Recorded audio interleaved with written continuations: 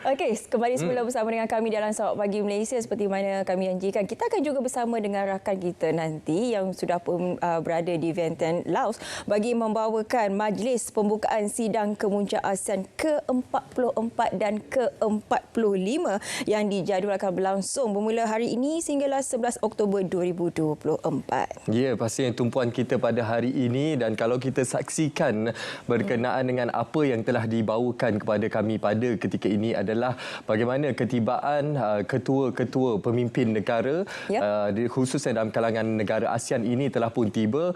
Khususnya pada ketika ini kita menantikan ketibaan yang amat berhormat Datuk Seri Anwar Ibrahim Perdana Menteri bersama dengan delegasi Malaysia untuk kita menyaksikan apakah antara perkara-perkara yang menjadi tumpuan dalam sidang pembukaan kemuncak ASEAN ke-44 dan ke-45 pada kali ini. Ya, jadi juga kita boleh kongsikan selain daripada sidang kemuncak ASEAN ke-44 dan ke-45 ini, Yang Amat Berhormat Perdana Menteri juga akan menghadiri sidang-sidang kemuncak antara ASEAN dan 7 rakan dialog iaitu Australia, China, Jepun, India, Republik Korea, Amerika Syarikat dan Kanada, serta sidang kemuncak ASEAN Campur 3, sidang kemuncak Asia Timur dan sidang kemuncak ASEAN Pertubuhan Bangsa-Bangsa Bersatu. Dan selain daripada itu juga, Yang Amat Berhormat Perdana Menteri akan turut menghadiri mesyuarat pemimpin komuniti pelepasan sifar Asia, sesi-sesi suamuka antara pemimpin-pemimpin ASEAN dengan wakil-wakil dari Perhimpunan Antarparlimen ASEAN,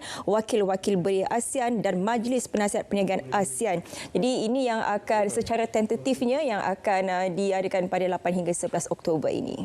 Perkara ini sangat penting dan sangat bermakna bukan sahaja untuk seluruh negara-negara yang terkelompok dalam kumpulan ASEAN ini, malah juga kepada Malaysia sangat istimewa kerana persidangan ini berikutan dengan kepengurusian ASEAN di mana Malaysia akan mengambil tampuk alih pentadbiran sebagai pengerusi ASEAN 2025 yang akan diserahkan kepada Malaysia insya-Allah pada penghujung sidang kemuncak ASEAN yang ke-44 dan ke-45. Dan antara intipati penting lain juga untuk kami sampaikan kepada anda, antara berkenaan tumpuan kita adalah bagaimana sidang kemuncak ASEAN ke-44 dan ke-45 ini, dan kita berikan tumpuan di skrin pada ketika ini apa yang telah dikongsi oleh rakan kita yang berada di sana, iaitu ketibaan Yang Amat Berhormat Datuk Seri Anwar Ibrahim Perdana Menteri.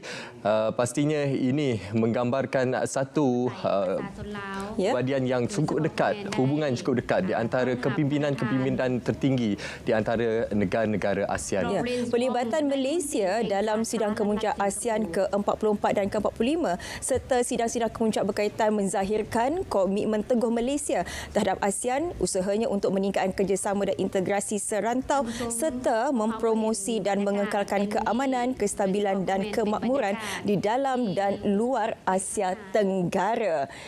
Jadi kalau kita melihat sudah pun tiba kepimpinan-kepimpinan tertinggi bagi negara-negara ASEAN. Jadi apa yang kita harapkan agar persidangan ini dapat memberi dan juga membuahkan hasil yang baik bukan sahaja untuk negara-negara yang terlibat dalam ASEAN ini tetapi juga untuk negara sekelilingnya. Okey, kita akan bawakan kepada anda intipati dan juga maklumat semasa berkenaan dengan sidang kemuncak ASEAN ke-44 dan ke-45 yang berlangsung di Vientiane, Laos pada ketika ini pada ruangan 9.30 nanti. Tapi terlebih dahulu kita akan berehat seketika.